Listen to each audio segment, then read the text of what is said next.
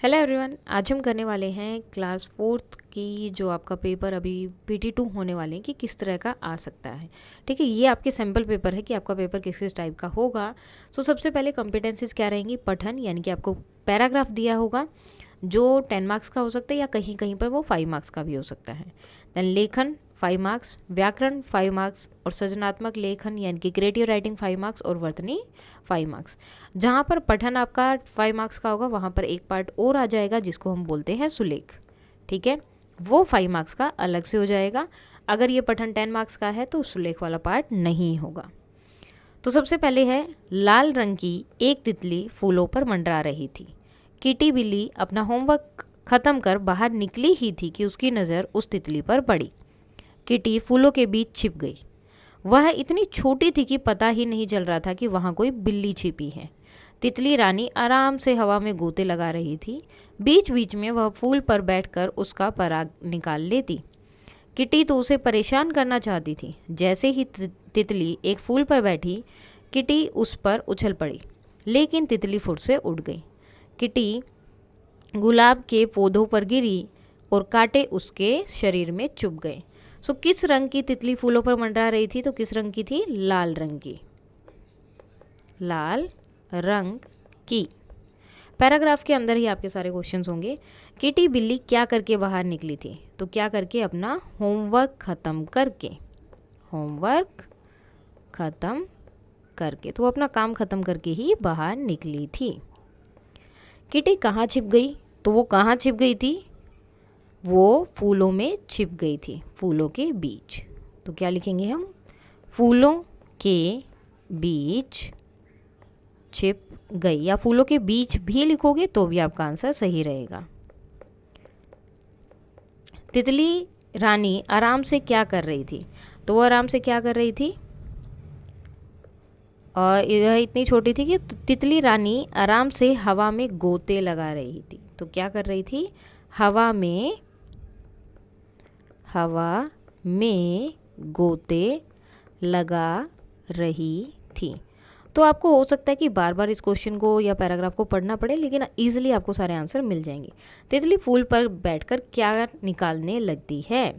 तो क्या निकालने लगती है? तितली एक फूल पर बैठी और किटी उस पर उछल पड़ी और तितली फूल से उड़ गई।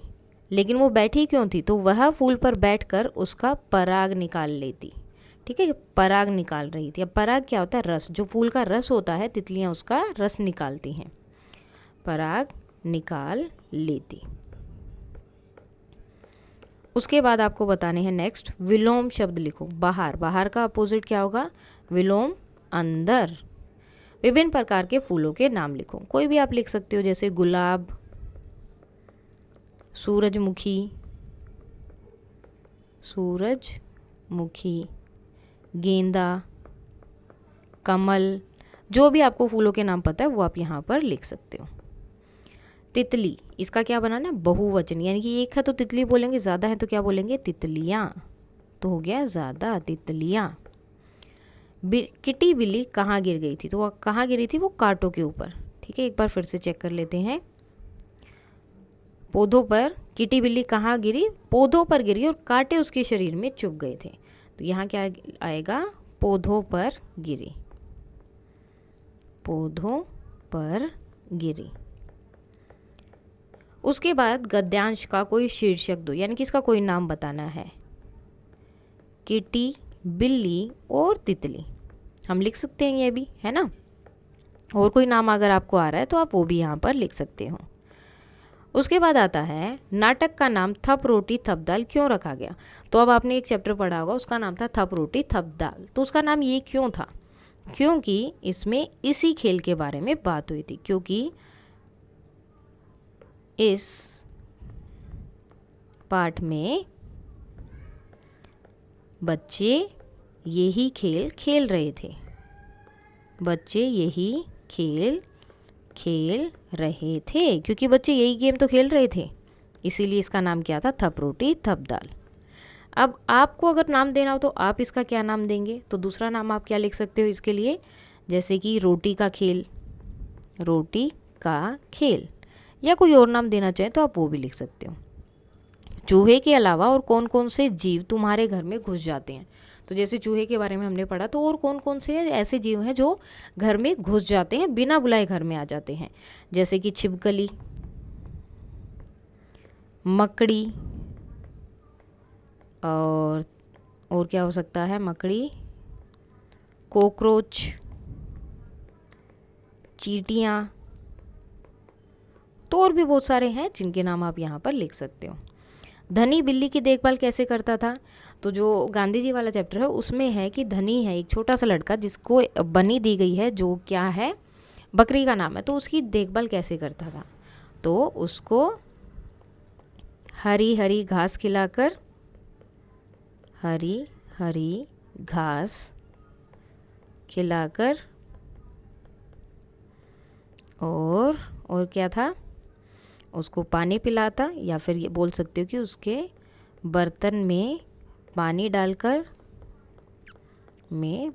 डालकर और वह उसको आश्रम में घुमाता था, आश्रम में घुमाकर उसकी देखभाल करता था, ऐसे भी लिख सकते हो, घुमाकर उसकी देखभाल करता था, देखभाल करता था। नीचे आ जाता है आपका व्याकरण का पार्ट।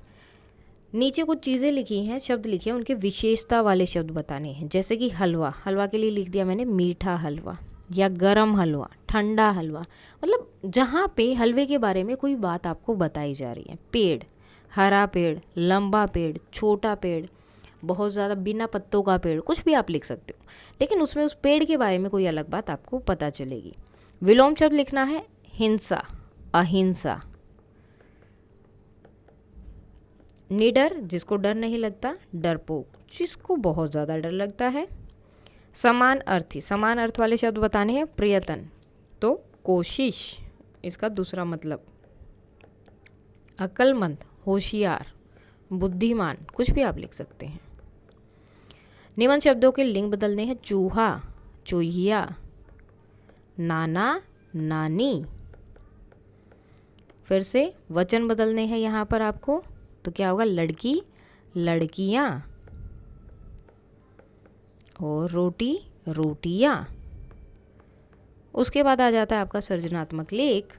महात्मा गांधी के बारे में 5 वाक्य लिखो, या फिर अपने दादा दादी के बारे में 5 वाक्य लिखो, जो भी है आप लिख सकते हो उनके बारे में। जैसे मैं यहाँ पर अगर दादा दादी के बारे में लिखेंगे तो मेरे दादा का नाम जो भी है वो लिखोगे यहाँ पर है। मेरे दादा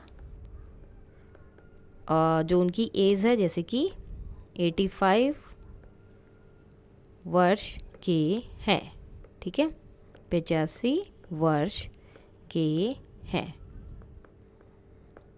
वह मुझे बहुत प्यार करते हैं। ये आप दादी के लिए भी लिख सकते हो, दादा के लिए भी। वे हर रोज़ शाम को घूमने जाते हैं। हर रोज़ शाम को घूमने जाते हैं, घूमने जाते हैं। और वे रात में मुझे कहानियाँ भी सुनाते हैं, मुझे कहानियाँ भी सुनाते हैं। तो इस तरह से आप कोई भी 5 सेंटेंसेस लिख सकते हो। उसके बाद आता है नीचे लिखे शब्दों में सही जगह पर आपको अंक की बिंदी और ये चंद्र बिंदु लगाना है। जैसे गांव, तो गांव में क्या बनेगा, गांव, ये हो गया गांव। बंद गोभी, बंद गोभी नहीं होता, क्या होता है, बंद गोभी, तो यहाँ पर आपकी बिंदी लगेगी बंद गोभी। अब आगे है निम्नलिखित वर्णों को क्रम में लिखकर एक अर्थपूर्ण जो है आपको क्या बनाना है, इसका शब्द बनाना है कि इससे क्या बनेगा।